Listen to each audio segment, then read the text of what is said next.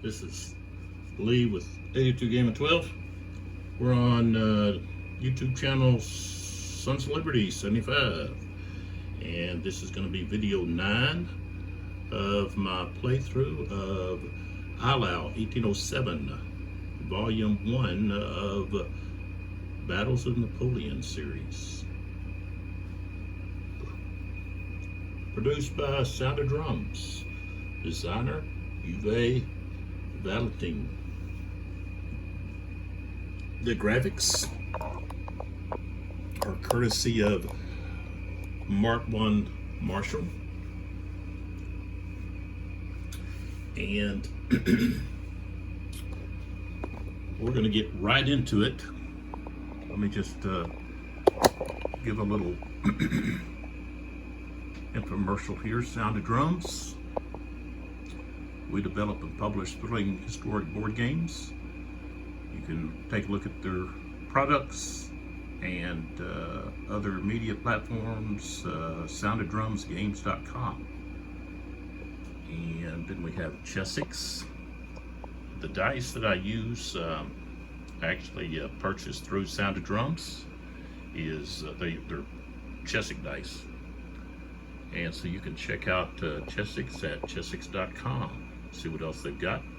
They've got dice, accessories, a few games. So give them a little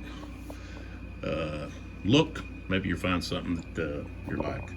Okay, looking at the turn and weather track, we are on the, if I can hold this steady, we're on the 11th hour, and the weather is still snow.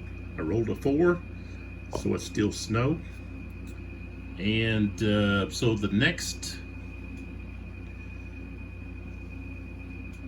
part of the sequence of play is the orders. And this is where you would move your overall commander. I've got Napoleon here. He was right here, and I moved him here with Bessiers to try to get him a little closer to the cavalry units over here where Moray is at. And Bennington didn't move. He just stayed where he was at. And so then we go to orders. And of course with the snow, it's on the chart. If I pull down here, you've got snow, line of sight for hexes, and then you have -2 CPs, command points. Okay, so if I look at Napoleon, he's got 6. Okay, -2 is 4, so he can only change up to 4 orders this hour, as long as those division generals are within 12 hexes of Napoleon's position. Okay, and of course over here we changed Luel's defensive order to attack, and so that cost 1 CP, and because it's snow he's only got 4. And then we changed over here, we went ahead and used Napoleon's command to change Milan to attack. So the French are planning on using Milan to snake through there and try to attack the Russian infantry units in this area here and drive them back. And Napoleon used 2 command points for that because he's beyond 12 hexes. It ended up being, I think, 13 or 14. So, and then the other change we had was with Goudin's 3rd Division of 3rd Corps, right there. And I changed their order from strategic move to attack. And Davout is going to really try to push hard to try to get the Russians' left flank to collapse. So we'll see how that goes. On the Russian side, Bennigsen only has a command. He's got 4 command points. White number in the yellow box. So we subtract 2 because of snow. So he only, excuse me, can change 2 orders within 12 hexes, or 1 order between 13 and 18 hexes. And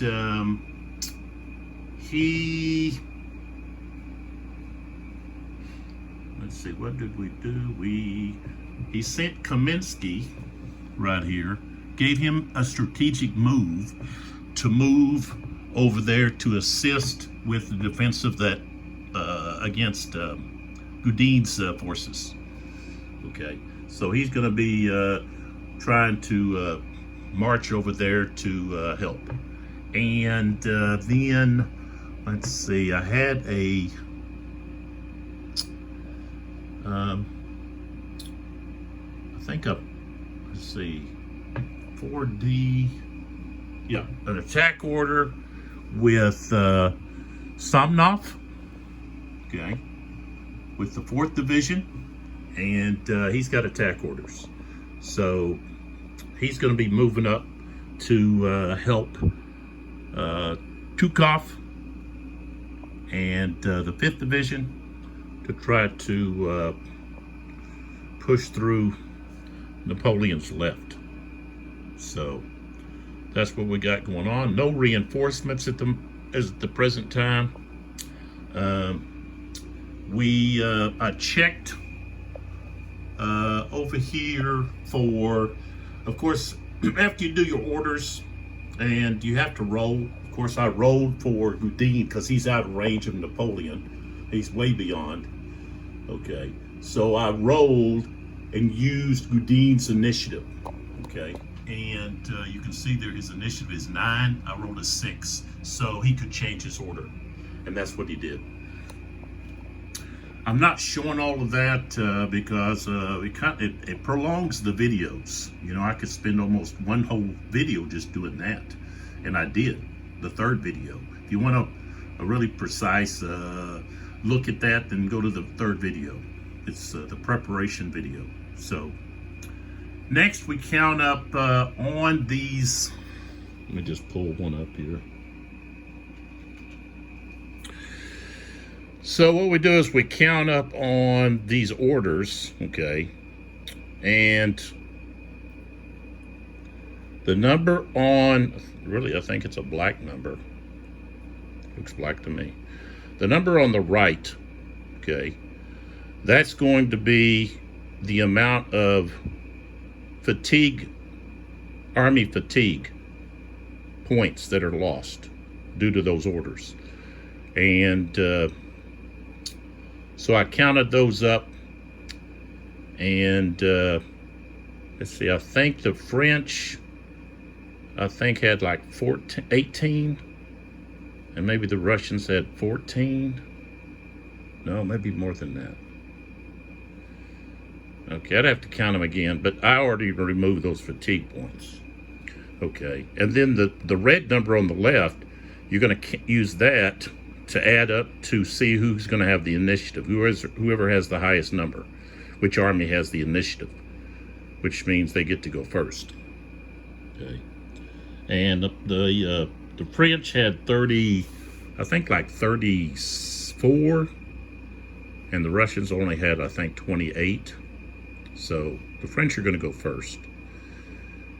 And again, I went through how you go about counting everything and removing the fatigue points. And if you look there, the French have 146 fatigue points left. And the Russians have, let's see, that's 4 by 3 is 120, 130, and then there's 18, 1, 2, 3, 4, that's 6, 18. Okay, so 30, that's 148. They've got 148 fatigue points left. So when an army runs out of fatigue points, they lose. So there that is. All right, and then I had to determine how many activation cubes each side got. Okay, and the last hour, I subtracted the snow twice. Okay, because of snow, there's two, here it's on the chart, it says 2 AMs. And it should be 8 ACs, which are activation cubes. So, well, it might be, let's see. Yeah, that's what it's supposed to be. Yeah, AMs. Might have been activation markers, maybe. Anyways, so I don't know what this is. I'm going to move this because I'm going to hit it with my hand. So at 11, hour 11, the French get 6, the Russians 5. Now, if I subtract the snow right here, the French -2 is 4. We come over to Napoleon, and we use his leadership quality, which is 4. So that's 8, and I rolled a 6. You roll 1 die, so that's 14. So the French are going to have 14 possible activations in this hour. And for the Russians, you're going to take 5, subtract 2, so it's 3. Bennington only has 2 for his leadership quality. So that means it goes back to 5, and then I rolled a 3, and so the Russians only get 8. So the French are going to have the opportunity for at least 6 possible more activations.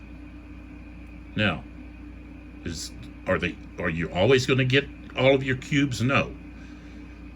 You know, the last 2 cubes are always usually going to be, lost, unless they both happen to be red cubes, and then only one will be lost. If yeah, so you could possibly lose a lot more if all that's remaining in the cup is of one color, and if that's the case, the hour ends. So doesn't matter how many cubes there are. If they're all of one color, that's it. So, all right. So I made a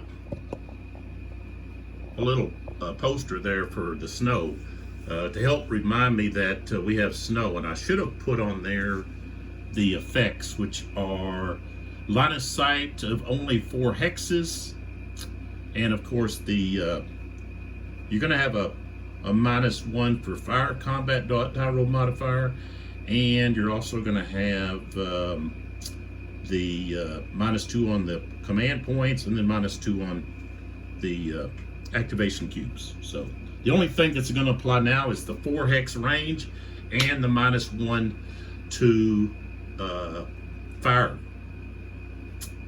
So when you fire, there's going to be a -1 die roll modifier due to the snow. So those are the 2 main things going to happen as a result of that. We don't have any reinforcements coming in, so we can jump right to it. The French, okay, so that's the kind of hard to see in there with all it's kind of blended, but okay, there's 14 blues in there, so I'm going to reach in there and get 1 blue because the French have the initiative, and then we're getting started. Let me push this up. What's the deal here? What we can do? We get locked in somehow. Oh, there we go. I need to get a new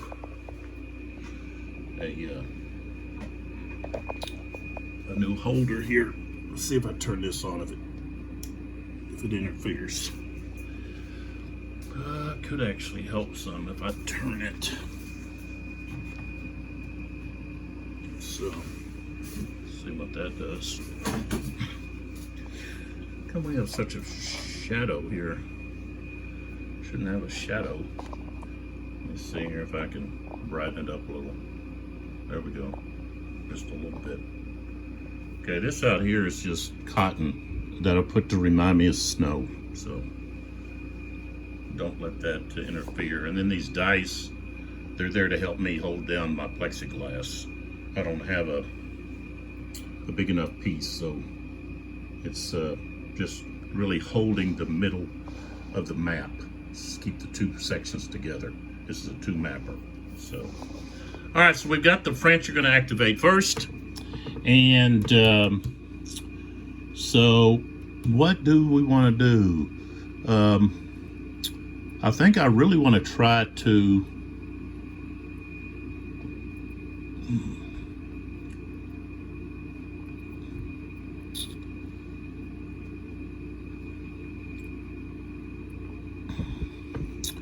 I don't know. I need to think about over here first. I think there, I think I can still wait. So, yeah, we need to come right over here and shore up this situation over here. So we're going to put this on Solts here with Llewellyn. I've seen that spelled like two different ways. You've got, of course, with a W. So I say Llewellyn, but it should be probably pronounced Lavelle. So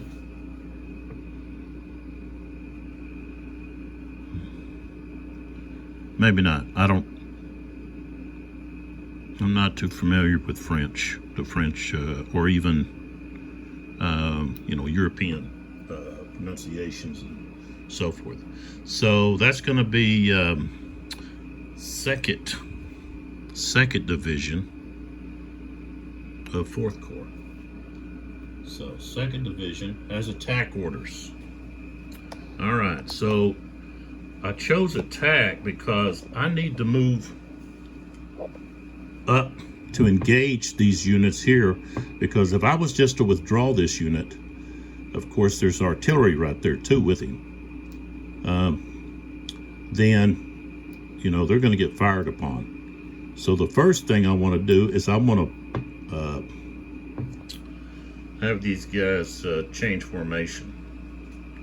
So in order for infantry and artillery to be in the same hex, they have to be, if the artillery is unlimbered, then the infantry has to be in line. And if it's limbered, then the infantry have to be in column. Okay, so that's just the rules. And it's best to put the artillery on top. That's what you should do. So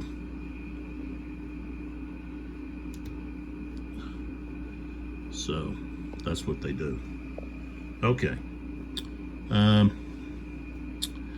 And then let's see here. I need to bring up these guys back here. This guy's got a 7.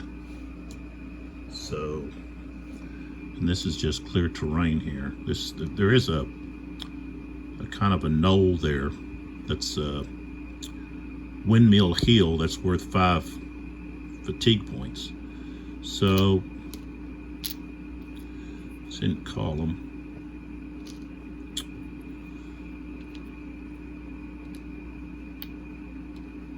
One, two, three, 4, 5, and then in order to move adjacent, the French have to pay an additional movement point.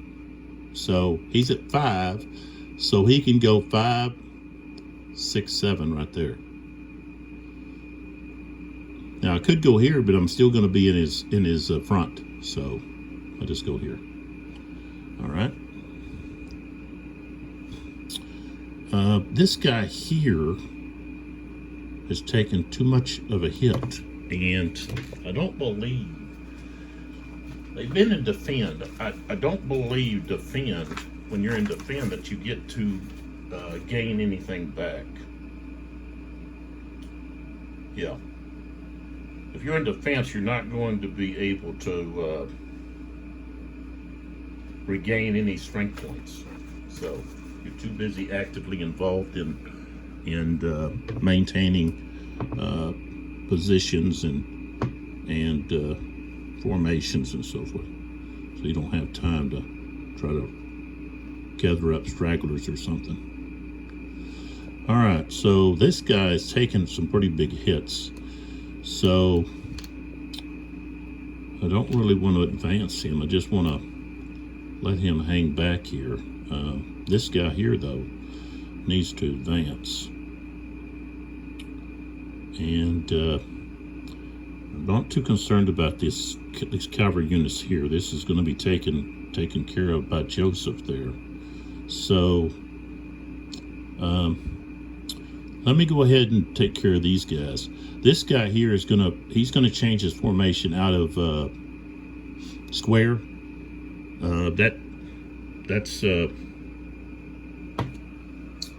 That's too much of a target for artillery, and he's going to change to line. So right there, same thing here with this guy.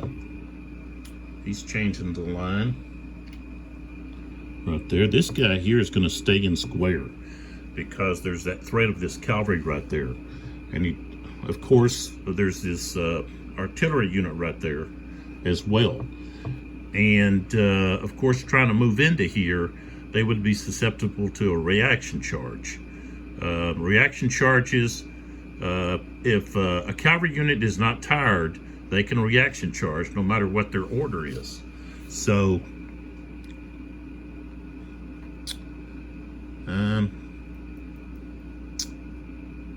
that's at least my interpretation. So let's see here. We need to move up.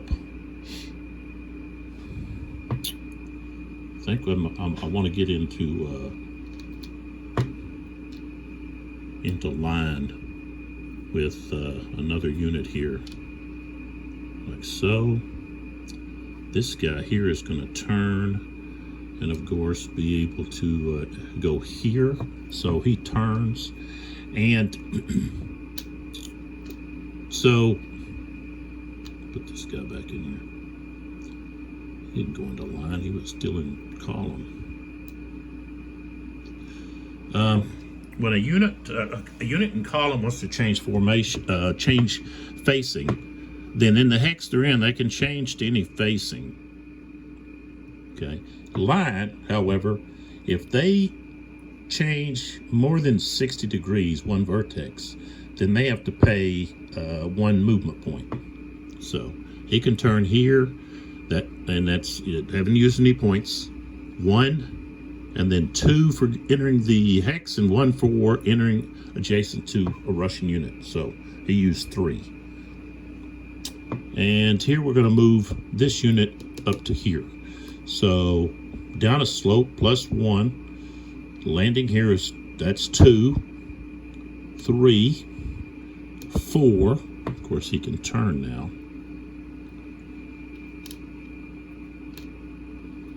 Actually, you want to be turning as he's moving. So let me show you this. So he could go 1, 2, 3, 4, and then change to line.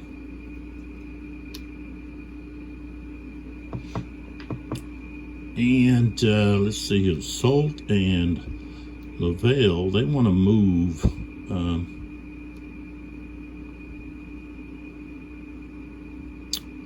I think I'll move him right there. This unit here, I'll go ahead and move him up. 1, 2, 3, and put him in line. No, he can't go to line. Well, no, he can go to line. It's square. Square, you have to have at least 3 strength points. So he could go to line. He's just not going to have a full.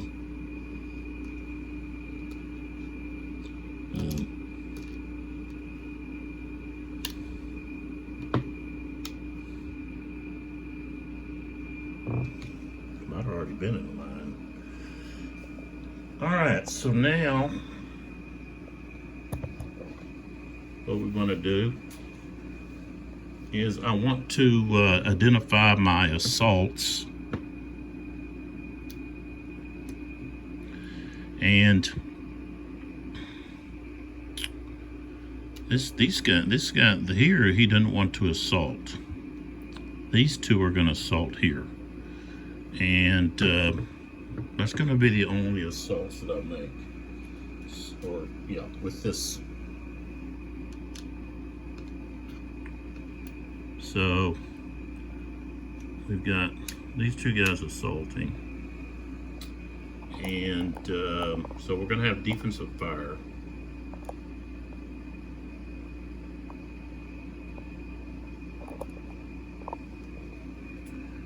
Defensive fire from these units. Here and here. Now they've got to split their fire because there's two targets. Infantry must split their fire if they have more than one target. So defensive fire gets a +1. That's something that's new. So it's not going to be on the fire combat table that came with the game. So there's a few changes. And with infantry, they get a +1 when firing against infantry in column or square. Okay. Now artillery, if they fire on infantry in column, they get +2 versus infantry square +4. So I got to remember to add in the +1 for defensive fire. All right, so column only has a strength of 2 that they can fire with, and that's multiplied by 1. So each hex here, put a blue one so we differentiate. Each hex is going to get be fired upon with a strength of 1. So here to here, we'll go with the green first. And snow is -1. Defensive fire is +1, so we're at 0. The target is in column, so that's +2. So I rolled a 4, 5, 6 is not enough on the chart. So that's going to be a miss. And then now the fire on the blue, again, that's going to end up being a +2. That's 8, 9, 10, still not enough. All right, so now we're going to take a look at the assault now. All right, so odds. So we check that first. So we've got 8 and 4. Okay. Let's see, 12. Here we've got 7 and 9 is 16. So let's see, that's 4. Yeah, that's not going to round up. So it's going to be 1 to 1. And if you wanted to use the tally stick, of course, there we are. So we're at 0. All right, so defending unit, they're not elite. Okay, they're not green, but they are Russian. So that is going to be a +1. So we move down on the tally stick for +1. Down 1 line. Assaulted from more than 1 hex is -1. So now we're back to 0. Their order is attack, so there's no modifier there. They're not charged or assaulted through the flank or rear. Didn't have a square formation. Both of them are in column. So that's all for the defender. The attackers, they did not lose any, let's see. No, they did not lose any strength points due to fire. They're not elite. Okay. They're not green. It's not cavalry. So that's it. So we're just going to be at straight up 0. There is no modifiers there. So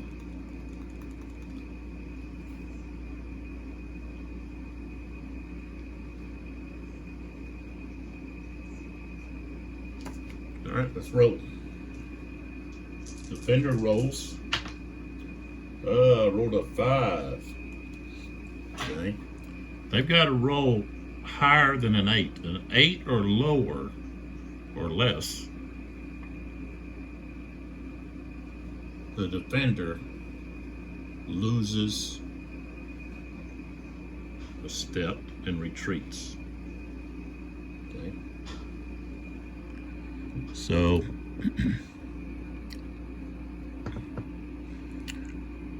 now this is my understanding that with assaults, there's 2 units here, but they were all units are included in the assault. So you're going to have a situation where they are forced to retreat. You're not rolling for each stack. You subtract 1 and the stack retreats. Now, because you're going to have to enter a hex adjacent to a enemy unit, they have to take another loss. Okay, and here maybe both units have to take a loss. You know,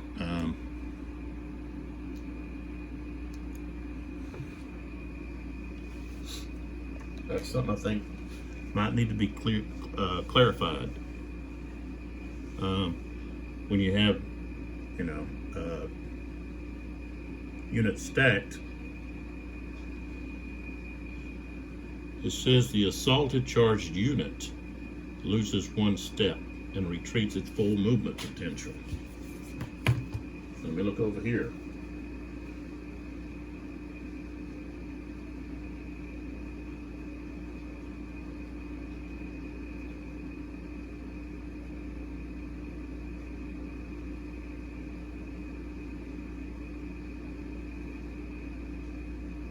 So it says the charged assaulted unit loses 1. I think that it just needs to be clarified that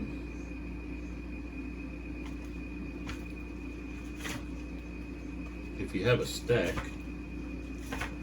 that they both retreat and you only take 1 loss, or they both retreat and you take, each unit takes a loss. So if I go over to the stack, to the assault, okay.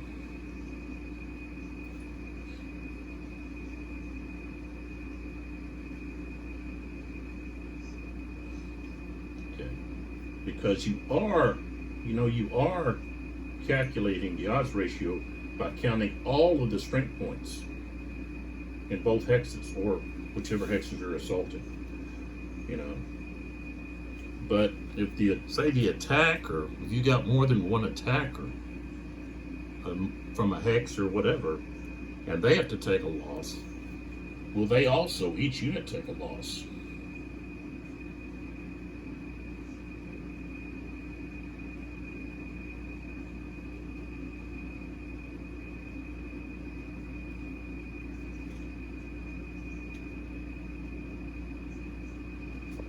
Usually, in most games, you just take the 1 loss, no matter how many units you have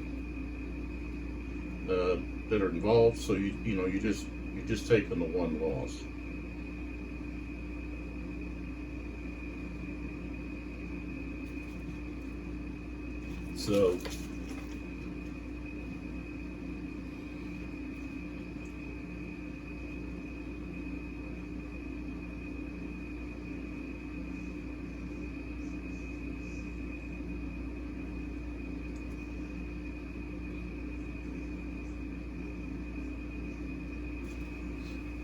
So I would say they're just taking 1 loss. Okay. Now, when they retreat, though,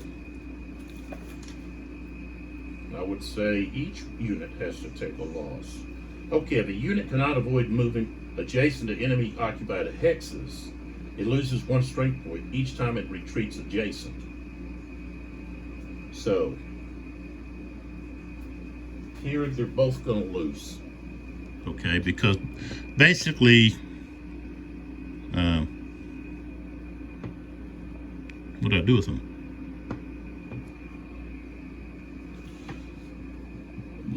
Oh, excuse me. Oh, right here. Okay, so the top guy, he has to take the loss from the assault. Now, as these guys retreat, they're actually retreating with, the front guys are pushing the back guys back. Okay, so they enter this hex, have to take a loss, because that's the only way they can retreat. This hex is too overloaded, but even if they went this way, that would also be okay, and they can't go this way or that way. So this is their only path. So some of my markers got mixed. So this unit has to take a loss because he's retreating through or adjacent. He's retreating adjacent. So instead of doing a opportunity fire, you just retreat the unit. They take a loss. Normally, if a unit is retreating on their own, okay, then yeah, there's going to be opportunity fire, but not on just a retreat. They're going to take a loss. So that would be 1, 2, 3, 4, 5, 6, like that. Now this unit retreats 2,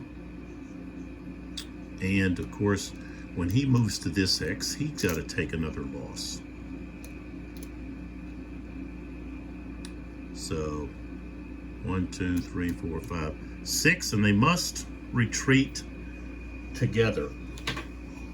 So, well, the way I did that, you can't see.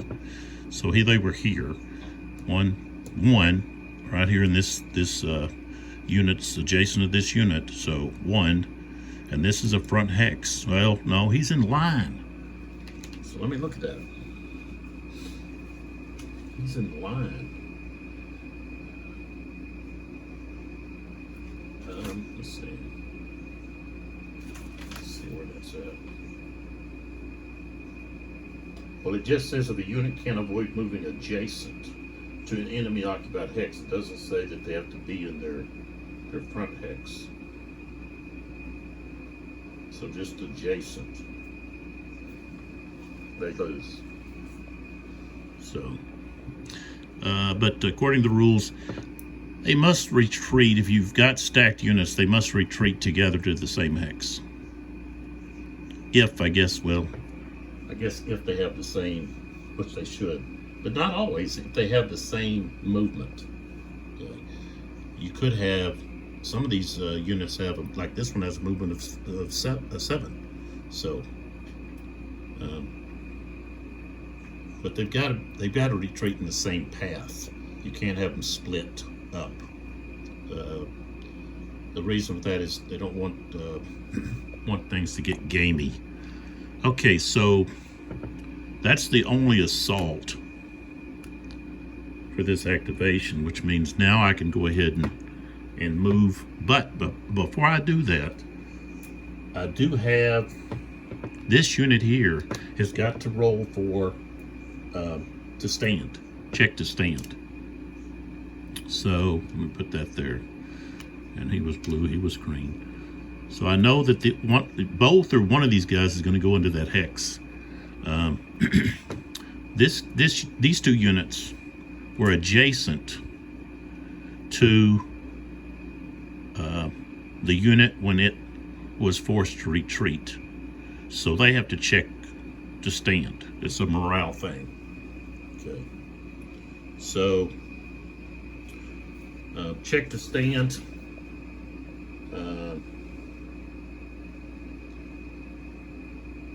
An adjacent friendly infantry or artillery unit or stack of units retreats. due to an assault or charge.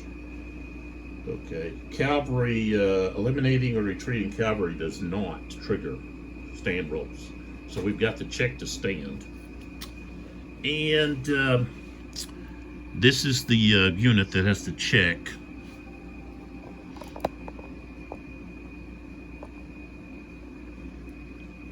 Right there where the gray cube is. They're not elite or green, but they are Russian, so that's +1. Adjacent friendly unit retreats -1. And is there any cavalry close by? No, not within range. Has to be within 3 hexes, so it's just going to be a straight up roll. Got to roll higher than a 6. Roll a 5. So the top guy is going to retreat. Okay. And of course he loses a strength point. Anytime you retreat, you're going to lose a strength point. Okay, so he is going to move 1, 2, 3, 4, 5, 6 back there. He just moved back over there with his buddies. And now the bottom guy has to roll.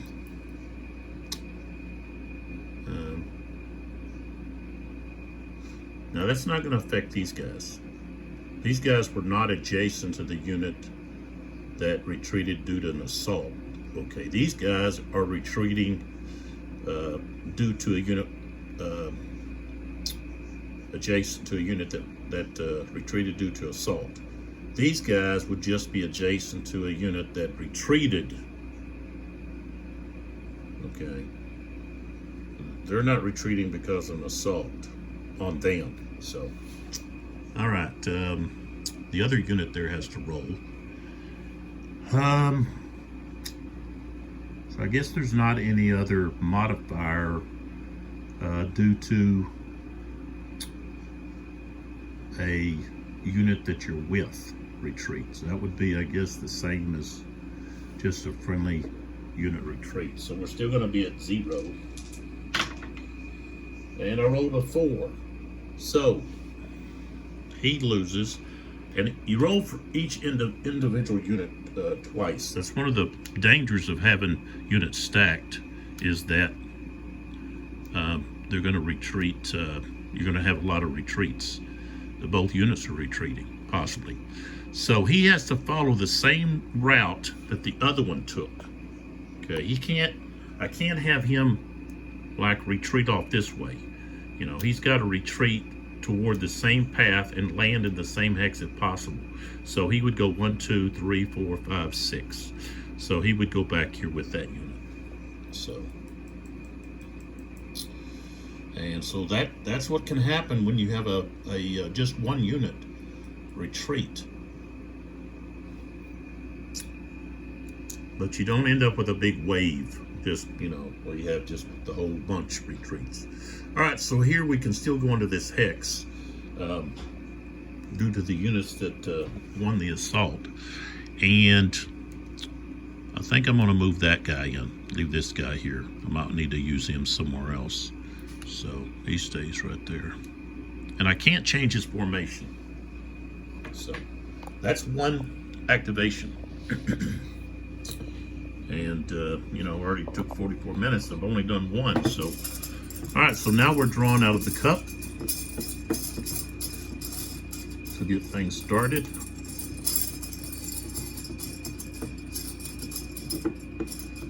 I might move that light to a position where, okay, it's going to be green. Let me see if I move the light, if it helps. I want to move this over here. So move the box.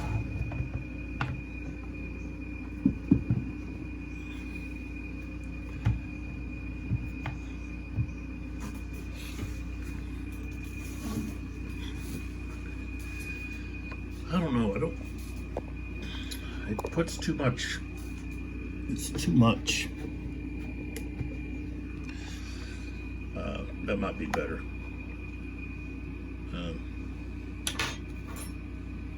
Okay, so we've got a green cube that's drawn.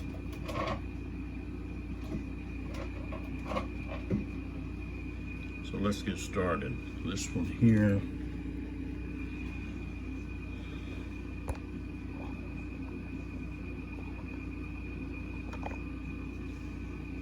And so who does Bennington want to activate first? Now he's only got 6 activations. So I think the most important one to start with is Kaminsky. Right there. That really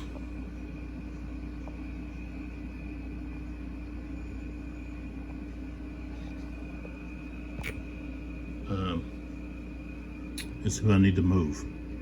Okay, so Kaminsky, that's the 14th division. He's got strategic moves.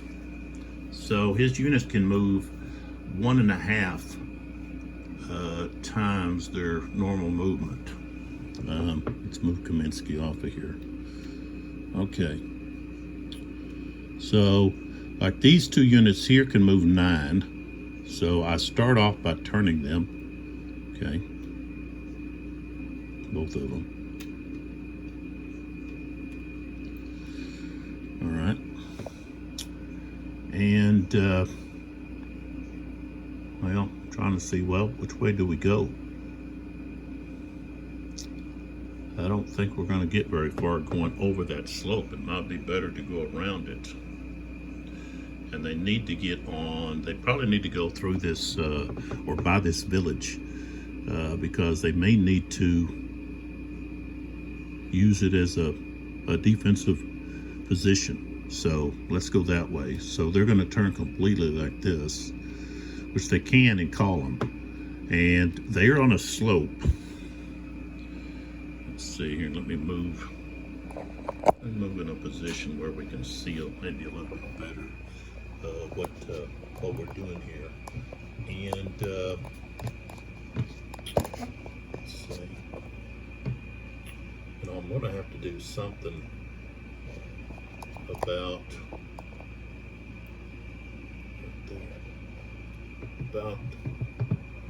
it's going to be this light here. There we go.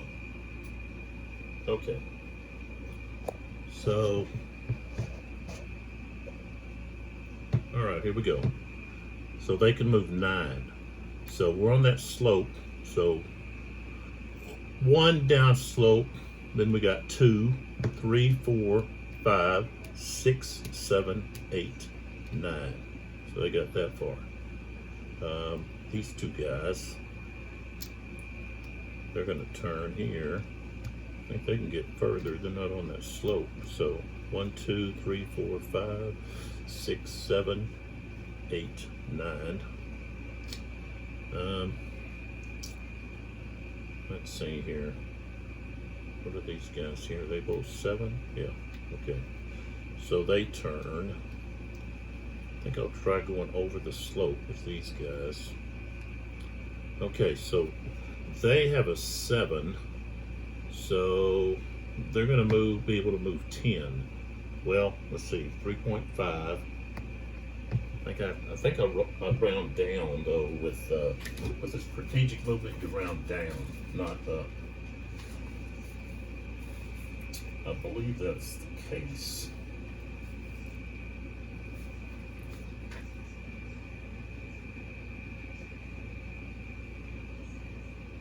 Yeah, you round your fractions down with that movement. So they're going to have 10.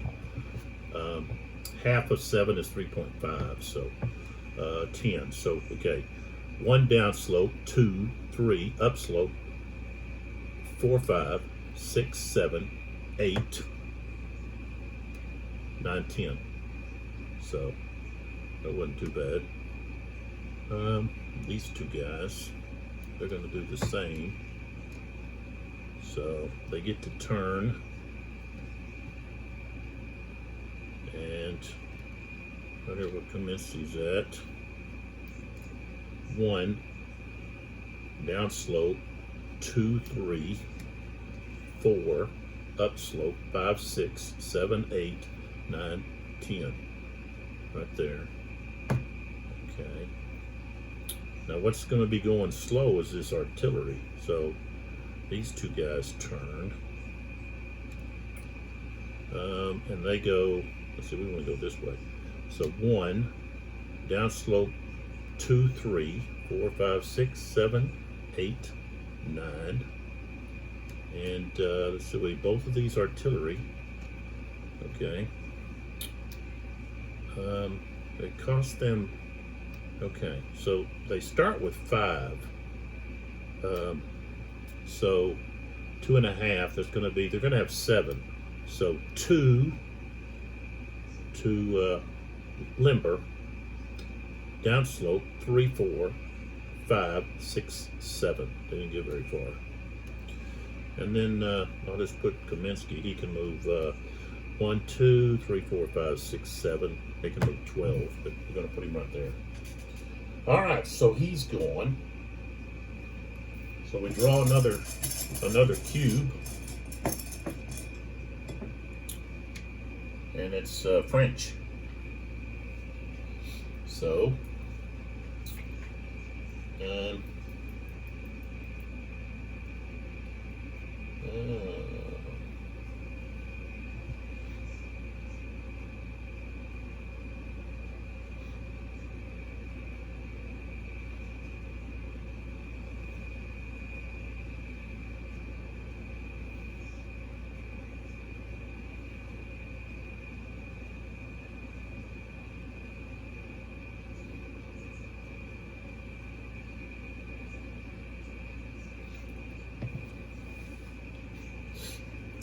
really, I should have, looking right here, this artillery unit, man, they are in a bad place, because I should have rotated them, but I didn't know at the time, because they had units in front of them. But their rear and flank, and flank are open. But I don't know, to use a whole activation just to shore up that, I don't know if I want to waste one right at the beginning here. Which of course, Tolstoy can just devastate that, because the artillery unit won't be able to fire, nor the infantry unit. They're both facing the wrong way.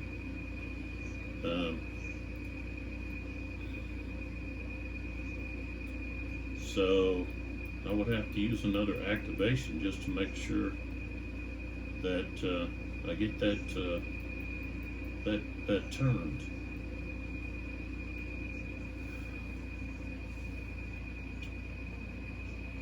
I do have a lot more activations than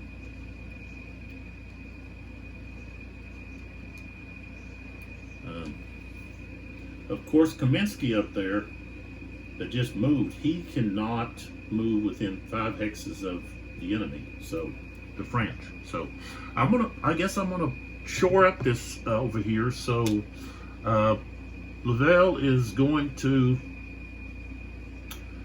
be activated again. So 2nd Division, and so I'm going to turn these guys. Prior to movement, I can turn them 1 degree, but then to turn them again,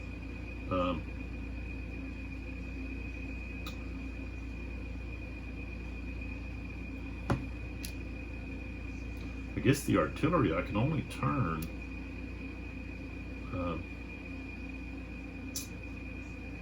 once. And without, well, yeah, I don't know. Let's just see about facing. for artillery. Maybe they can turn. Okay.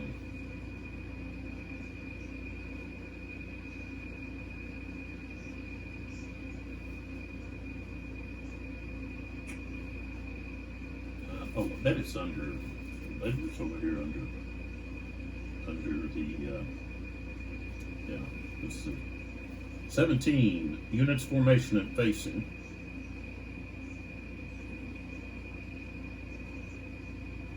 Okay, it says players can change the formation and or facing of all units of an activated division.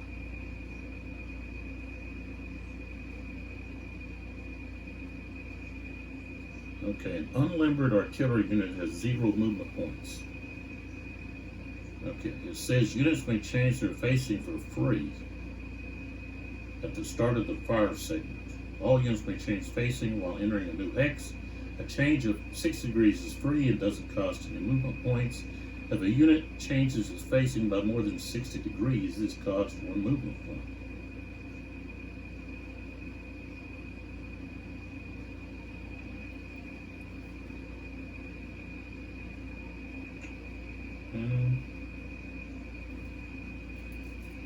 So they can only change 60 degrees. Now the infantry underneath could change more, but no, they're not going to be able to. So then I'm going to have to use this unit here to rotate its facing and come over here, and they're going to go to the line. And the reason you want to go to the line on defense, even though they have attack orders, but you're expecting to be attacked. So, all right, so that takes care of that. This unit here will shore up this unit's flank here, although he has these other units across here. And I'm not going to assault anybody. So that's all I wanted to do for the French. So now we're going to draw another activation cube.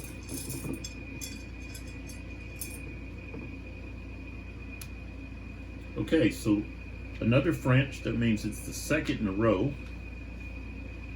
And you may want to get you a dice that you can keep track of the activations, because no army can activate more than 3 times in a row. Then you have to draw some other color. So in this case, this is the French's second activation in a row. If I draw another blue cube, we activate, but then the next draw has to be either a red or a green. If we draw blue, we just keep drawing until we get a red or a green. So it says to put it back in the cup. You can set it to the side, so eventually you're going to be sure that you draw one of the other colors, but however you want to do it. It says to put it back in the bag or the cup. So, all right, so we've got another French activation. And I did say I want to begin, there's a couple of things that the French want to do. One is to use Milhaud's cavalry to charge down through here and attack some of these infantry units, okay? And possibly get them to get into that cavalry unit's hit pretty hard. As a French player, I shouldn't be looking at that. You can't look under your opponent's counters to see how many hits they have.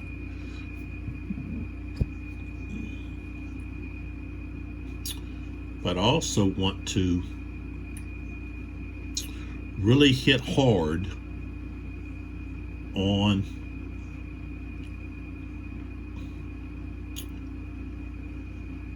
the French.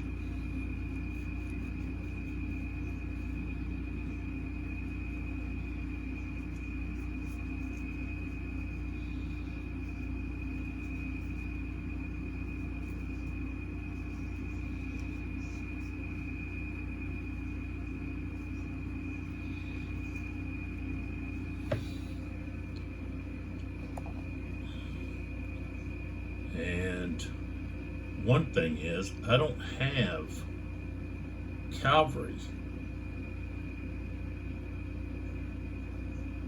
over there.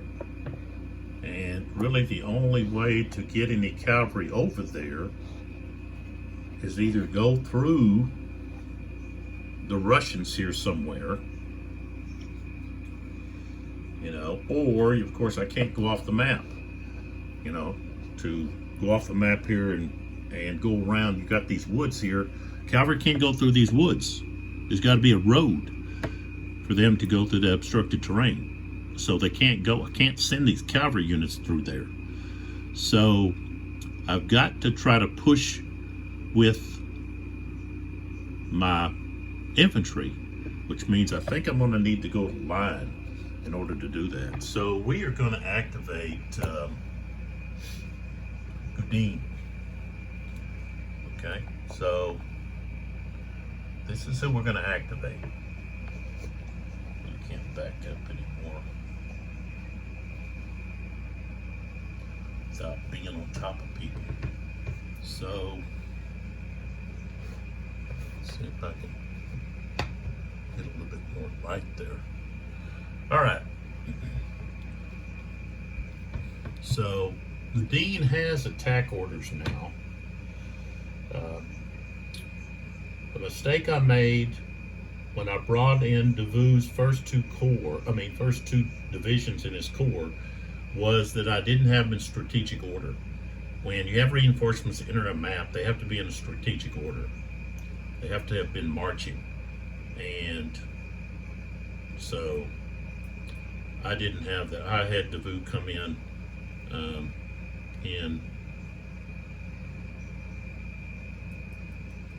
attack mode, and he should have been in strategic mode, had to come in and then wait a full turn or the rest of the hour before you could change over to a new order.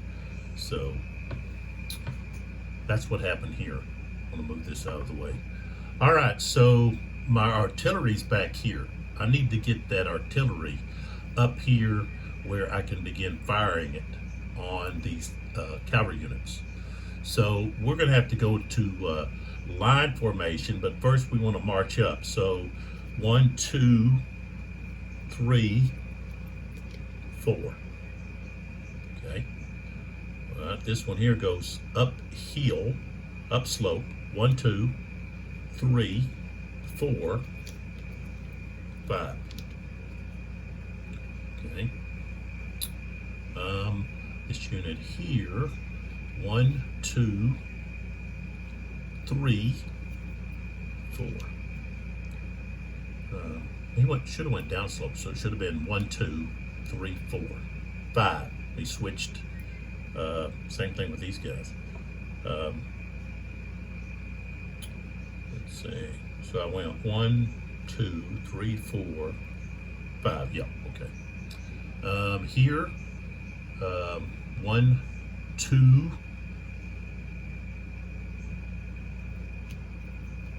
3. All right. 1, 2, 3 up a slope. 4, 5. Okay. Here, 1, 2, and then, of course, he turns there. 2, 3, 4. All right.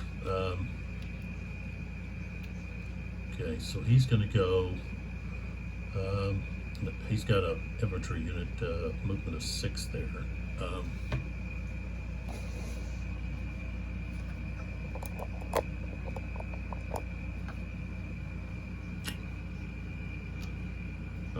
he's right there. Where does he want to go here? I think he's going to go. So he's here. 1, 2, 3, 4.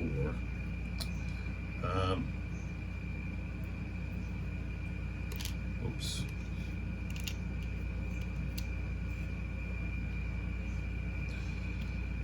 He's going to have to go there, I think. 1, 2, 3, 4. 1, 2, 3. Yeah.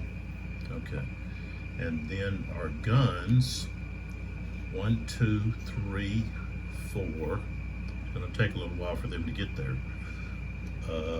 1, 2, 3, 4. Let's see. 1, 2, 3. Like that. Okay. So that's Gudin's movement.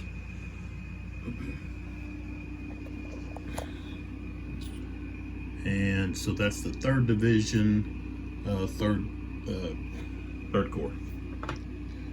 And of course that light there, it's tricky, finicky. Wants to give us issues. Remember, these dice are just holding down my plexiglass. So, all right, so that's the 3rd French activation in a row. Okay. And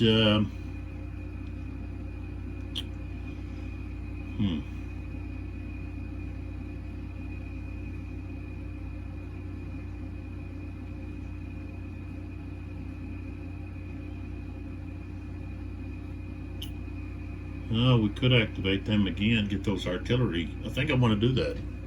Okay, I want to activate Gudin again. So let's come back over here. And what I want to do is I want to get my artillery.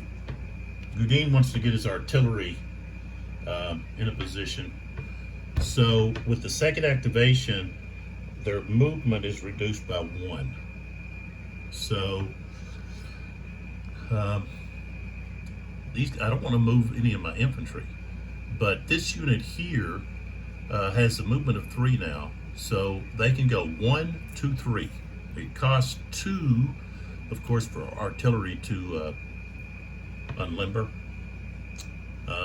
This unit here going up this slope is not going to be able to unlimber.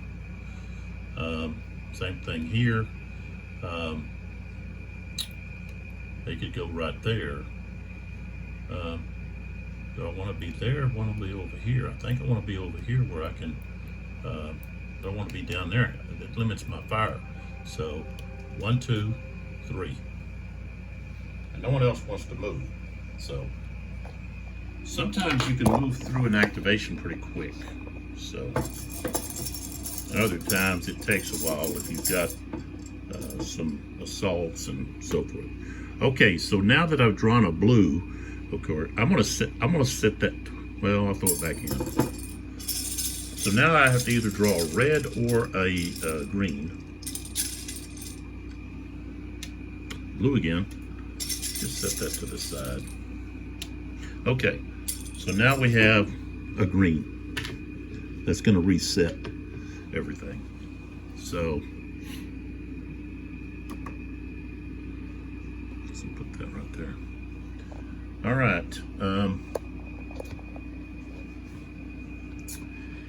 Now, if I was to move, say, Kaminsky again,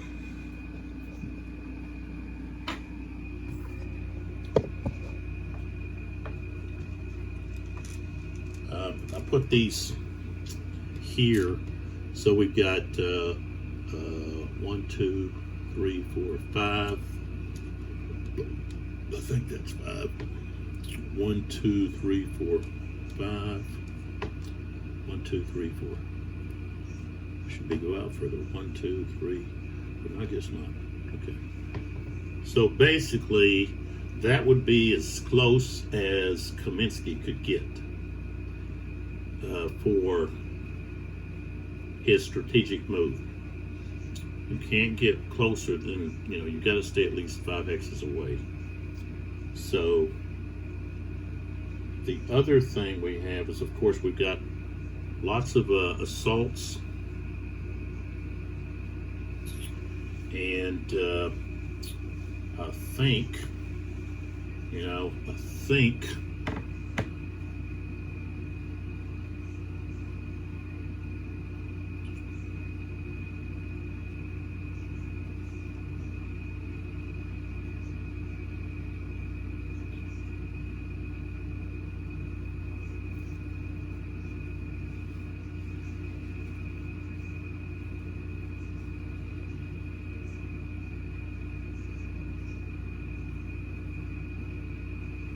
one thing I could do, or the Russians could do, is von Paulin could assault, or charge, not assault, but charge Gudin's infantry, force them to go to square. Or if they didn't go to square, then, they might, of course, be forced to retreat if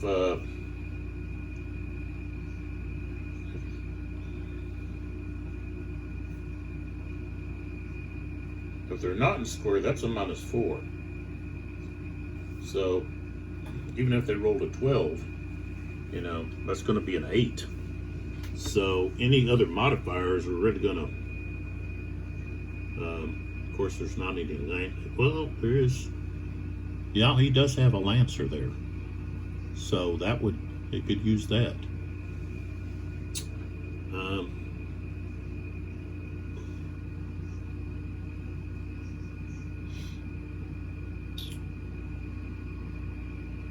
But if he fails, if he's got tired cavalry, then Gudin can just march up there and force them to evade. So I think I'm going to hold off there. That's a thought for them to attack Gudin. I think I want to try to do something elsewhere. I think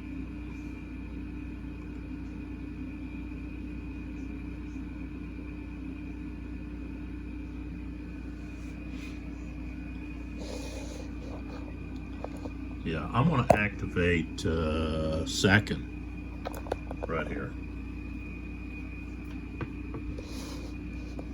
So Sakin, he's got an opportunity here against this these artillery unit,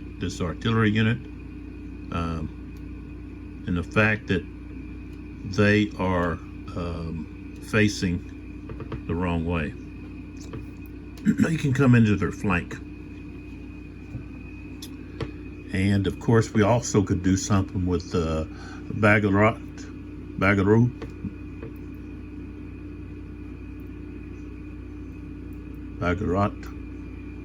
right here. Oh, Baggy. So we've got Baggy here. Or Baharat.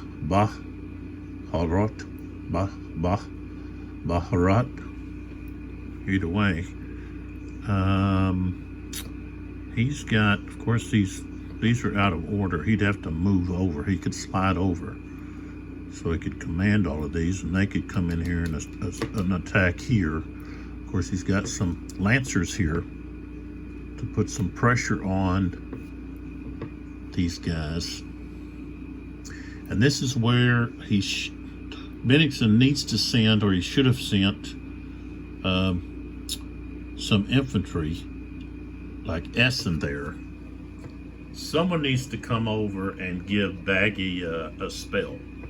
He's been hit pretty hard over there, and really Essen is the one that needs to kind of move over there. Even though he's here behind these guns, he can shift. Doktorov is a little further over here. He could slide over. Of course, he's behind these guns, but then we've got the reserve,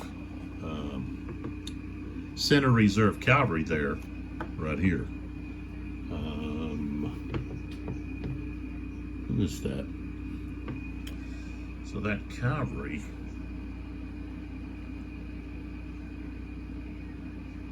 Golizan.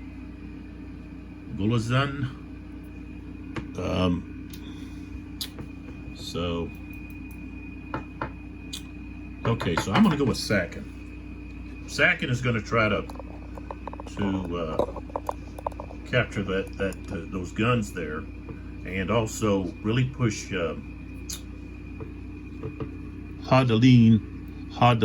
Hadelay's division back right here. So, and I guess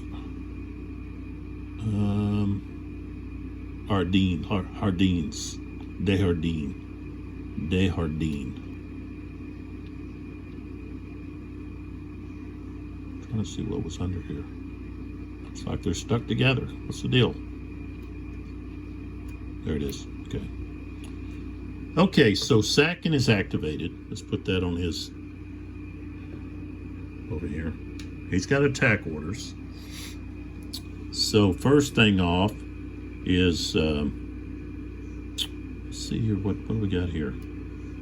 These guys could probably do that job.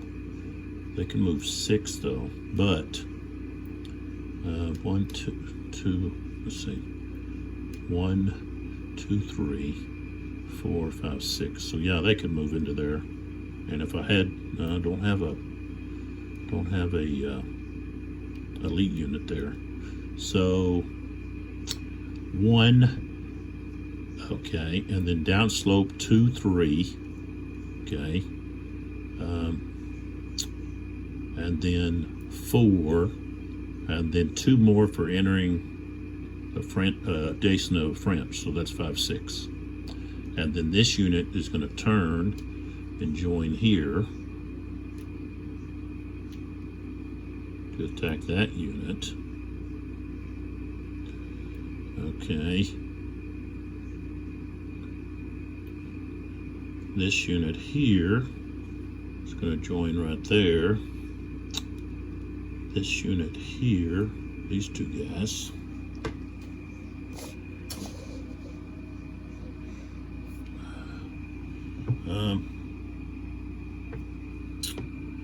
Let's see, what do we got here? That's elite. So, yeah, why not try to take those guns? So they're going to go there. So downslope is 1, 2, and then 3, 4 for entering adjacent to them.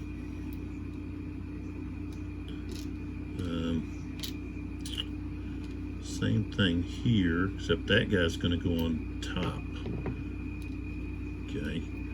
So downslope is 1, hex is 2, 3, 4 for being in or adjacent to a French unit. Okay. Let's see, who's with Sakin here? Okay.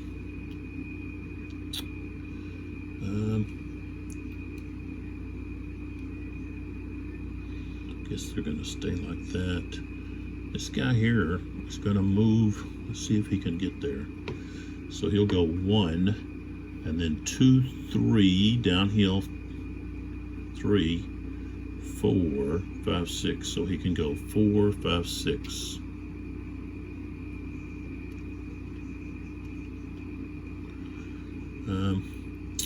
So yeah, he needs to stay. Okay, Sakin will stay right there. Okay, so Sakin is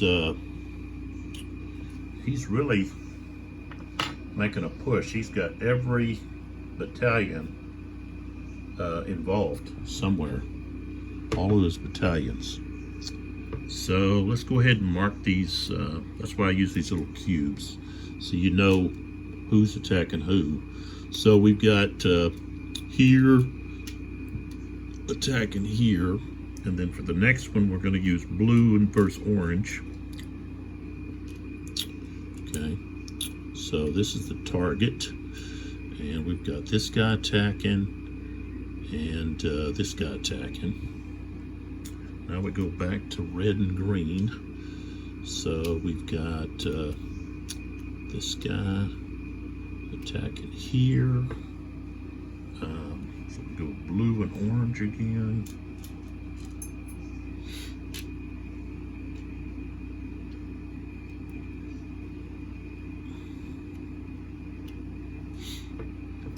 And then do I need to find if I have another green? Yeah, there's another green.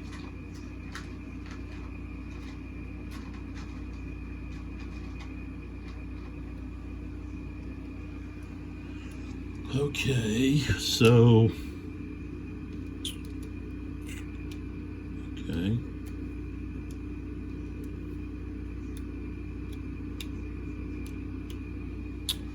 All right. So there's all of the assaults. Okay. So we go to defensive fire, and of course they can't fire out of their flank, only out of the front hex. And my understanding is they cannot turn. They get to turn during the simulated, simultaneous, not simulated, simultaneous. Let's see here.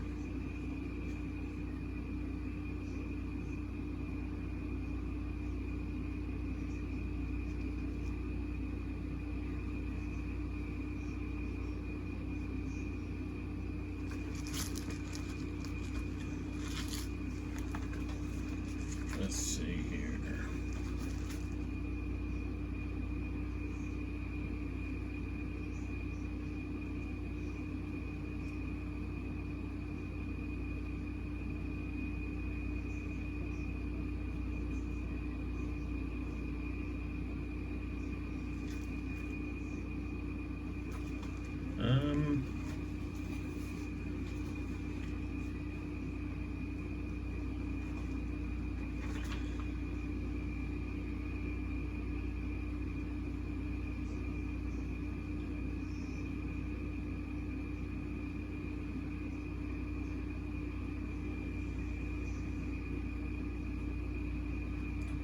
I know that you can at the beginning of the simultaneous fire,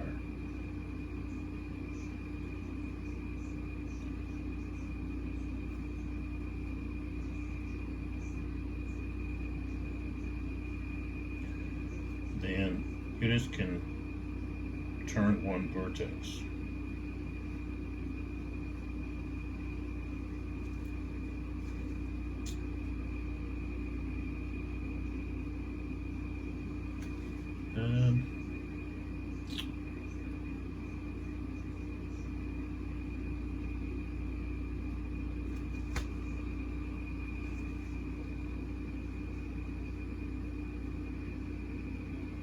Okay. So I don't think during movement, or even like say during an assault, that a defensive unit can turn their facing.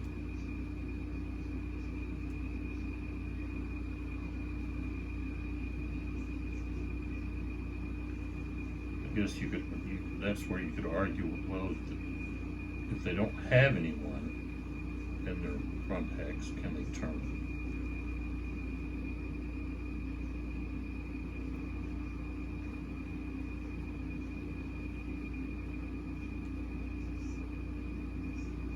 So I don't see that. So they can't.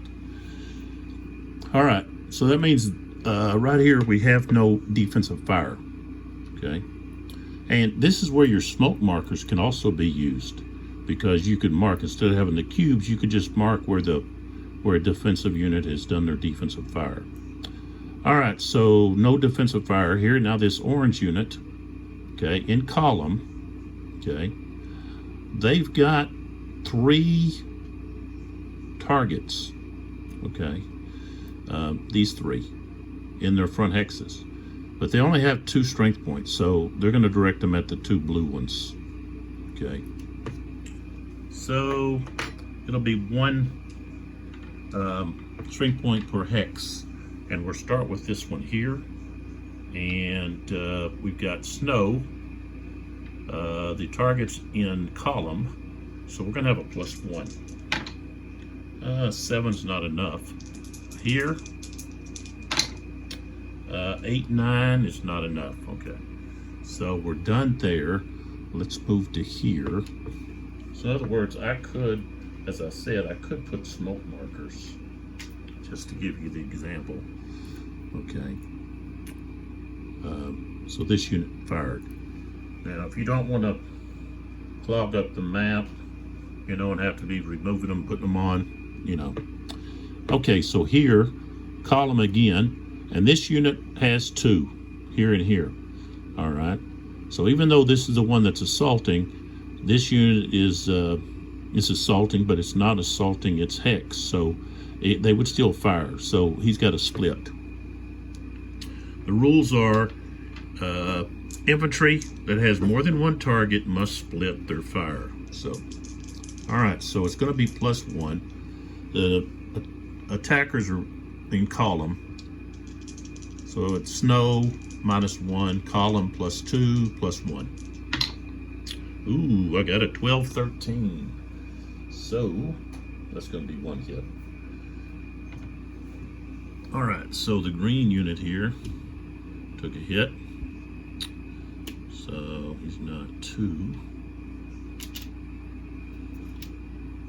Taking 2 hits. Okay, now we fire at the blue unit on the left. Ooh, that's 11-12. That's a hit. Man, that's some lucky die rolling there. Or you could say it's effective die roll. All right. So now we move to this unit. And he also has 2. No, he's actually got 3 also. But because he's only got 2 strength points, you can't divide up one into half. He will fire at the 2 that are actually assaulting him. So we'll fire at this one here first, and it's going to be +1. I rolled a 4. A 5 is not enough. Another 4. 5 is not enough. Okay. So I'm not going to use the smoke markers. Okay. And so now we go down here to the last one. And what we have is we've got an infantry in line that has 2 strength points.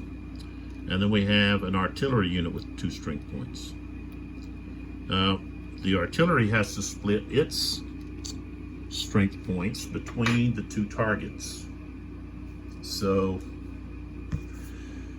adjacent, that's going to be ×4. So it's going to be 4 and 4. Okay, strength. All right. And they are in column, so that's going to be a +2. Snow -1. And I'm not adding the defensive fire. Shoot. This is added in the newest rules. Defensive fire, infantry defensive fire gets a +1. Now the artillery does not, but I should have had a +1 on all these other infantry fires. Now it wouldn't have made any difference in any of them though. I didn't have any that were that close.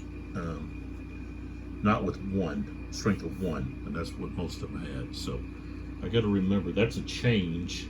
It's not on my old chart. So, and also, infantry versus infantry in column is only a +1. It's not a +2, as in this chart. So, again, I guess it equaled out. You know, I shouldn't have had a, well, maybe it didn't. Yeah, it did, because I didn't add the +1. So, just to clarify,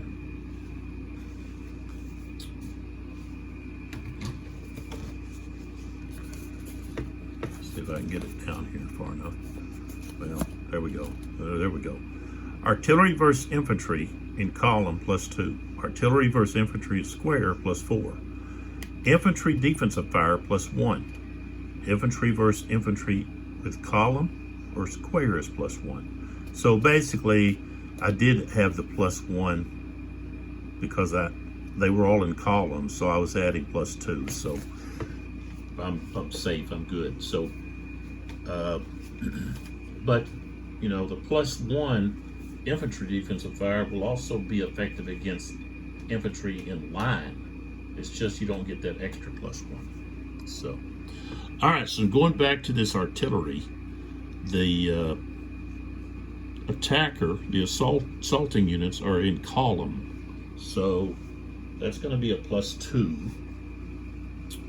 They don't get the defensive fire bonus because that's for infantry. So +2, -1 for snow, and a strength of 4. So it's just a +1. So let's see, 6, 7. It's not enough. So now fire here. Double 1, so that's not enough.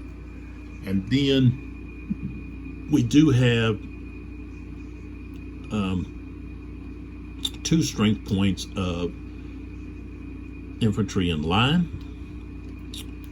So up to 4 can fire out of a hex, and that's going to be ×2.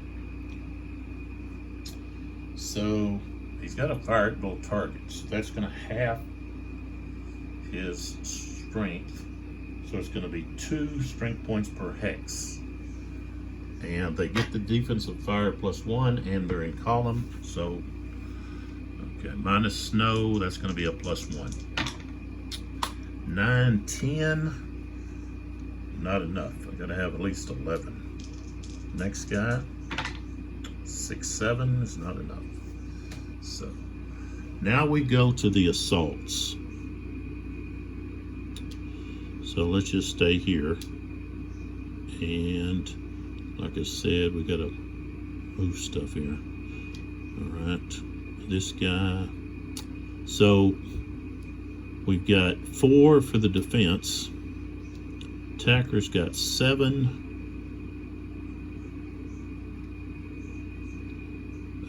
No, that's an 11. So it's going to be 3-1 because you round up. So, okay, 3-1. Use metallic stick here. 3-1 is going to be -2. Okay, for the defense, they're not green or elite. They're not Russian. They don't have. They've got attack order. They are being attacked by more than 1 hex, so that's another minus. So now we're at -3. Let's see. They're not, no obstructed terrain. They're not attacked through a flank or rear. They're not in square formation. Infantry in line assaulted by infantry in column. So yes, that's going to be plus, let's see, minus another 1. Okay. All right, let's see here. Artillery alone in a hex is -5. All right, so the attackers did not lose any strength points. They're not, yeah, they are elite. They do have an elite unit there, right here, these 2 stripes. So that's going to be a -1. So now we're at -5.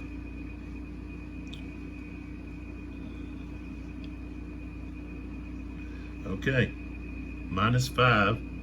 So really, with a -5, it's going to be, they can't roll high enough, you know. Even if I rolled, say I rolled an 11, -5, that puts you at 6. Well, 8 or less and you lose. So right here, of course, they're going to lose the artillery unit because it's unlimbered. Okay, so that cost them a fatigue point. And then this unit is now going to go to 7, which means he's got only 1 step left, and he retreats 4. Not paying attention to rain.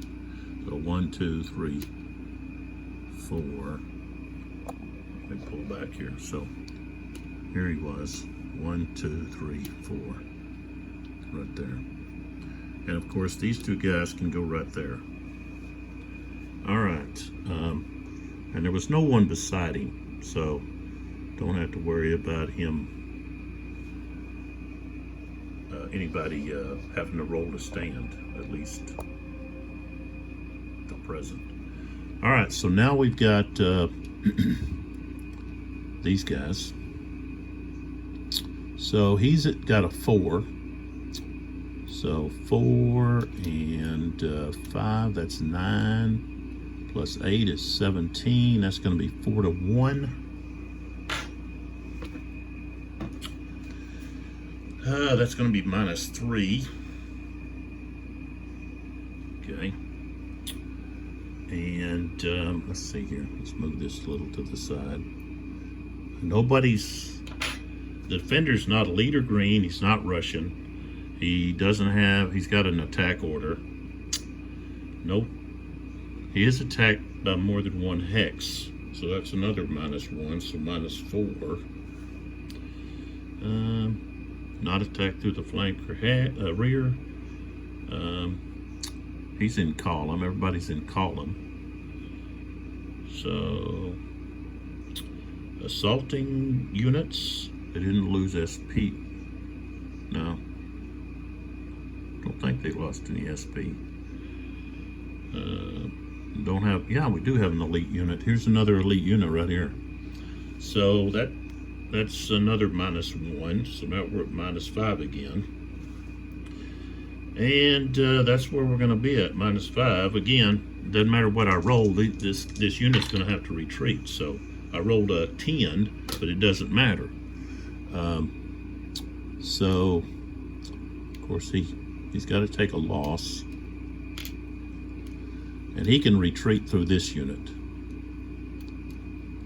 So 6, 1, 2, 3, 4, 5, 6. Go back here so you can see this is where he went. It's right here. 1, 2, 3, 4, 5, 6. And of course, I've got to put, he'd have to check for to stand, because he was adjacent to a unit that retreated due to assault. So these guys can actually move into that hex. All right, so let's move to here. All right, so let's see. Here we've got 8 and 6 is 14. Attacking, we've got 4. And move these guys over. And 3, that's 7. They may not be able to attack. What I say, 14 and let's see, 4, 7. That's 1 to 2. So they can. All right, so they can attack.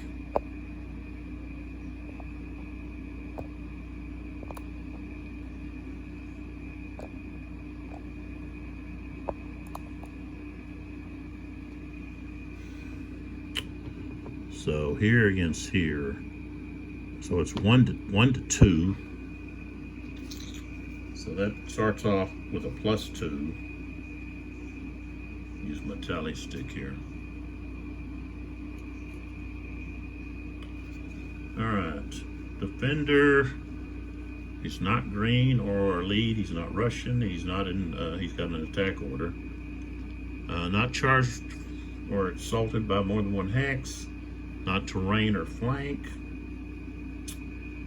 They're both in column. So, let's see. I don't know if somebody lost 1 from strength board. He did. So that's a +1. So now we're at +3. Okay. No, the attacker's not elite or green. So that's it. So we've got a +3. So this is a good chance of maybe holding. I rolled a 4. +3 is only a 7. So these guys are going to have to retreat. Top guy takes the loss.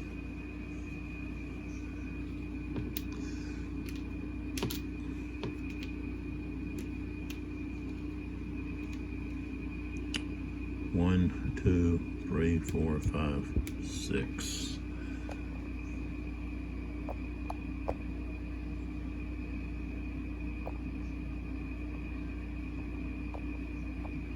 So he retreated to there. And again, this guy can come into here. This guy here, if he don't disappear, he's going to have that marker. Okay. So here, of course, he's got 4 front hexes. So that guy's not in his flank. He's actually still in his front. So he's got 6. Okay. Here we've got 7.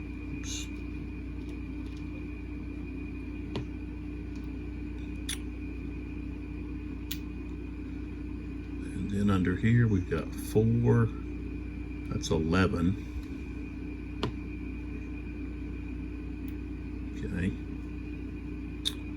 And then here we've got 10. So that's 21 against what, 6? So 3.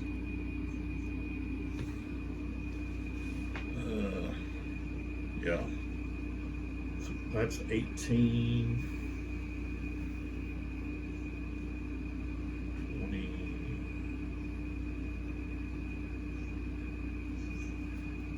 I think that's going to be, yeah, that's going to be rounded up, because it's going to be 0.5. So that's going to be 4 to 1. So we start off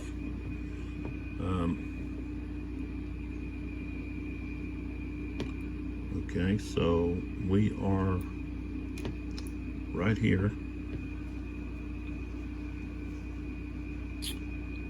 And let's see here. So it's 4 to 1. So that's going to be -3. All right, defender. We don't have a great elite or green. He's not Russian. He's got a defend order. He's assaulted by more than 1 hex. So now we're at -4. Moving on down. They're all column. Let's see.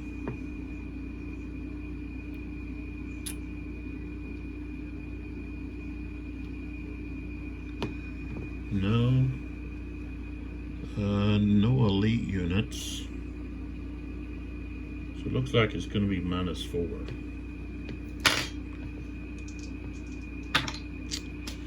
All right, I rolled a 10. -4 is a 6. So again, they're going to have to retreat. So I don't need that anymore.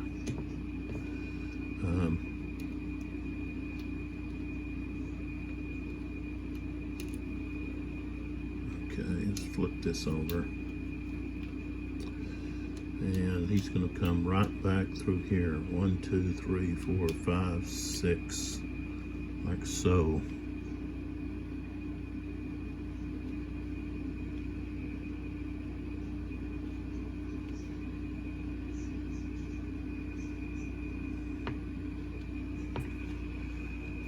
All right, so yeah, came right back here where the cavalry's at. Okay, then we have one more to take care of, and that's here. So here we've got 7, 6, that's 8, and here we've got 5, that's 9. So it's 1 to 1. Defender is not elite. That's what the infantry is. I don't think they're elite. Nope. They're not Russian. They're not in defense order. They're in attack order. So that takes care of that. They're not attacked by more than 1 hex, but they are attacked in their flank, which is -3. Okay. And they're in line. So that's a column versus line. So line assaulted by column is another -1, so we're at -4. They did not take any losses from fire combat because they're actually in their flank, so they couldn't fire. No elite units, so we are at -4. So here again, even I rolled a 12, a -4 is going to be an 8. It's 8 or less. So here goes another loss, artillery loss, another cube from the French. And this unit here takes a loss and retreats 5. Let's see, 1, 2, 3, 4, 5. Right back there. So let me pull back here. This is where he ended up. So here, 1, 2, 3, 4, 5, and we've got to put a cube on that unit. All right, so let's roll for those first.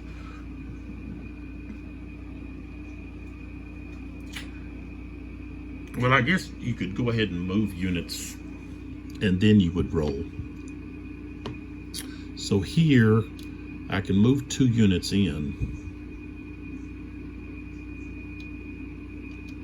I'm gonna move those 2 in, like that. Okay, here, I'm gonna move this unit in, and that unit. Okay. Okay, here, it's gonna be both of these. But, yeah, I'll leave it like that. Okay, here, who do I want? I think it's gonna be, yeah, remove both of those guys in. Like so. And then down here, those guys move in. Okay. So here I've got to roll for a check to stand because he was beside a unit that retreated due to assault. So check to stand. He's not elite. He's not Russian. He's not green. He was adjacent to a friendly unit that retreated due to assault.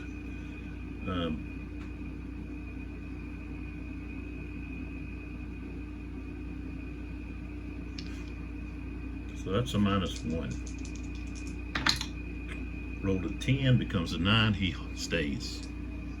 Got to roll a 6 or less. All right, and then the other one here, let's see what happens to him. Again, it's going to be a -1. Oh, he rolled a 7. -1 is a 6. So yeah, he's gonna have to retreat. He's only got 1 step left. So 1, 2, 3, 4, 5. He moved all the way back to here. So they just got really decimated right there with that. And so far we've had 4 French activations and 2 Russian. And that means we should have 10 French cubes left and 6 Russian plus the 2 fire cubes. And so if we look here, this is 18 right there. So that's going to be, I could take a black cube and put it in there, and well, there'd be 8 left. So the French have 4 less armament fatigue cubes than the Russians at this present moment. And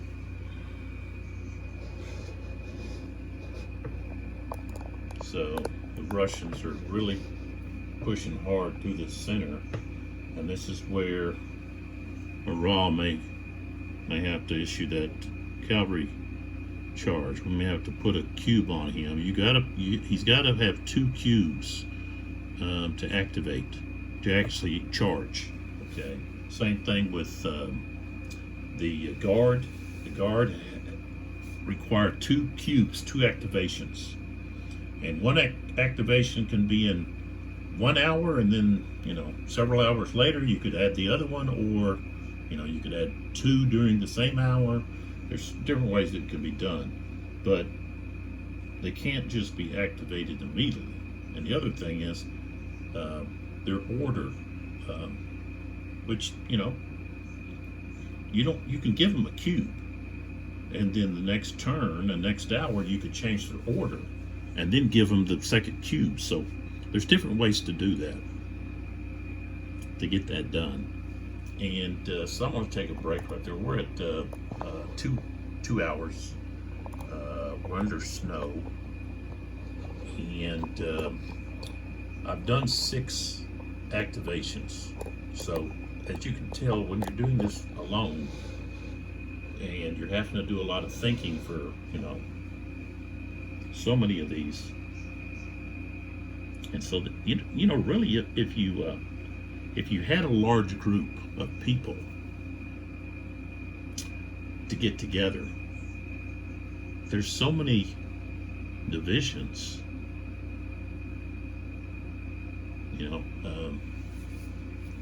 With the French, they've got Davout and Arguier. Okay, you've got Marat, you've got Soult, and then you had Napoleon. So you're looking at 5 on one side, and then on the Russian side, Bennigsen, and then you could also maybe split or give each player on the Russian side maybe two divisions. The reserve artillery reserve is going to be Bennigsen's, and you could possibly give him maybe the center cavalry or something else, and then but you could group it by proximity, where the units are. Of course, you still have Ney coming in. You got Lestat, but of course, if you give just one player, they're not going to get much playing time, because they don't come in till much later. Well, no, Lestat, he comes in at 1 o'clock, but when he comes in, he's really only going to have 6 activations, or 6 hours to activate, but you could have 3 activations. That could be 18 activations. The first turn is coming in at strategic order. So, but it's just an idea that if you were like at a gaming convention or something, you had quite a few people, then you could sit down and probably play this pretty quick. With you've got Napoleon deciding, who's going to get the cubes, and then Bennigsen's going to decide on his side, and that gives that person a lot of responsibility. And then the other people are, and you could have written orders, and then the leaders can, they could maybe write to change their order. Roll to see if they change their order. They have that ability. If they're on their own out there, then they can do, if they can pass, they can change their order. So there's a lot of use for this game, besides just face to face or solo.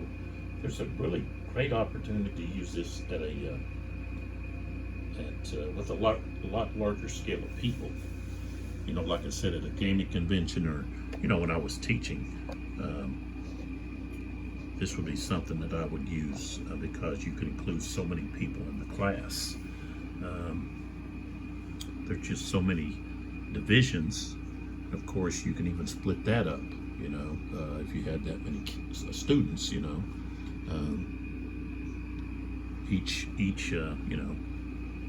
division could be split up with players getting several battalions and maybe a battery or something, you know, or, you know, there's a lot of different ways you can do that. But so this is really getting interesting, and the fact that we're seeing a lot of the cubes disappear, fatigue cubes, and part of that's from the orders. If you have a lot of attack orders, you know, that's 2 cubes for each attack order, so you can go through a lot of cubes pretty fast.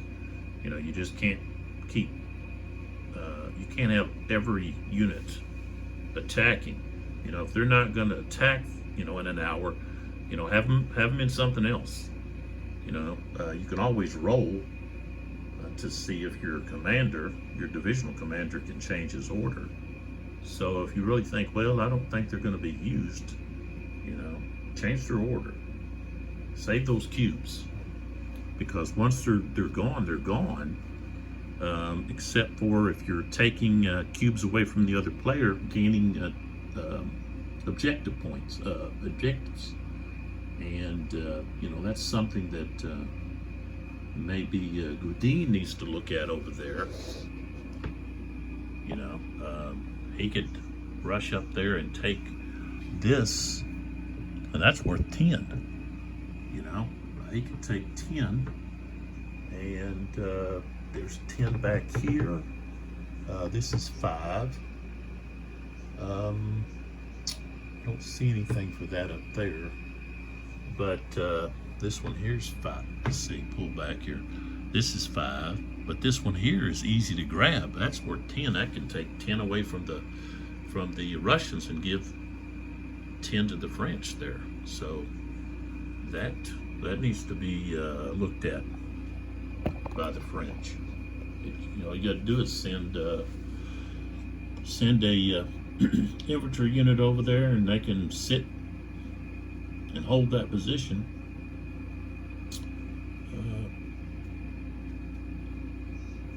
So that might be something that needs to take place. Maybe not this hour, but maybe the next, because they've already used 2 of their activations, and that's going to be -2 movement. If he switches to column, this unit here, that's going to cost 1, and he's going to be reduced to 4 due to the 3rd activation. So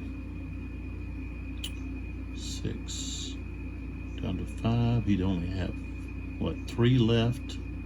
Yeah, 3. So 3, 2, and that's it. He couldn't get there. He'd have to wait till the next hour. So I guess that's something that the Russians need to wake up to. They got to get somebody over there. But of course, Kaminsky can't get there. He's in strategic orders, and that's too close. You know, that's 1, 2, 3, 4, 5 out to here. So he can't. The Russians can't. Not with Kaminsky. He can't put anybody there. And this cavalry could possibly be, but it doesn't have any orders. The center, I think he's just hold. Let's see, where's he at?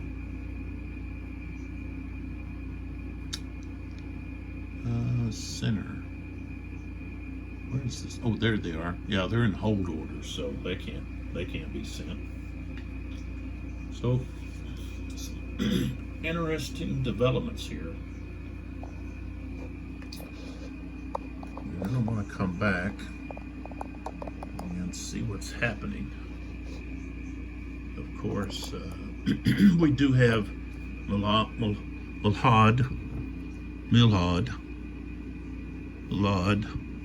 pronounce that. Okay, he does have attack orders, so he can use his cavalry here to swoop down and either catch these guys their pants down or force them into square, which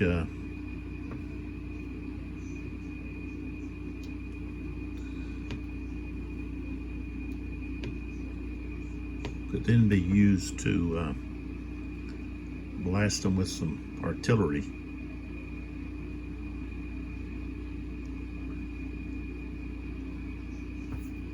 This artillery piece right here that could be brought over to position itself so it could fire on excuse me, could fire on some units that, or bring it up here. That's what he needs to do, bring it up there. But anyways, next video I'll talk about different plans for the next few cubes, and I don't know if we can get through. There's so many cubes in here. I don't know if we'll be able to get through all of the 11 o'clock turn. Usually it takes about 6 hours of time to go through an hour on the board, partly because of my yakking and you know, kind of slow deciding what to do, but also explaining things instead of just going through it. But I think I need to explain some things. It's such a new game, and trying to help people out there who probably can help me with comments. See something I might be doing incorrectly, or you want to discuss a rule. You know, I'm not the designer, so but we can send the designer some questions, you know, about different issues we might see, or just questions, you know, not maybe about issues, just questions about the game itself. So I'm having a very enjoyable time playing this. To me, it's a very it's pretty fluid. What I mean by fluid, well, it just flows. You know, you don't have a lot of hiccups. You know, I do have some looking up rules or thinking, but like I said, a lot of that has to do with I played so many of these Napoleonics that they kind of just all blend together. And so I want to just, you know, I've stopped at the rule to be sure that I'm doing something correctly, you know. So a lot of my interpretation is might be confusing. Sometimes it's confusing for me, but there it is. But as I said, it's fluid. It's not rule heavy. And some people, well, this, you know, it's too vague. Well, no, I don't think it's too vague. It might be some, you know, a language barrier. Maybe there's some. Anytime you have a translation, maybe it's translated from one language to another, and I don't know that. I mean, maybe there wasn't, you know, translation. But come back and see what happens in video 10. And things are starting to heat up, especially for the French right here in their center. Like I said, Napoleon may be forced to use his guard to help defend his center. Things are starting to get dicey. So come on back. As I said, this is Eylau 1807. This is 82 who gave me 12, and we'll pick up with the next video where I stopped. See you next time.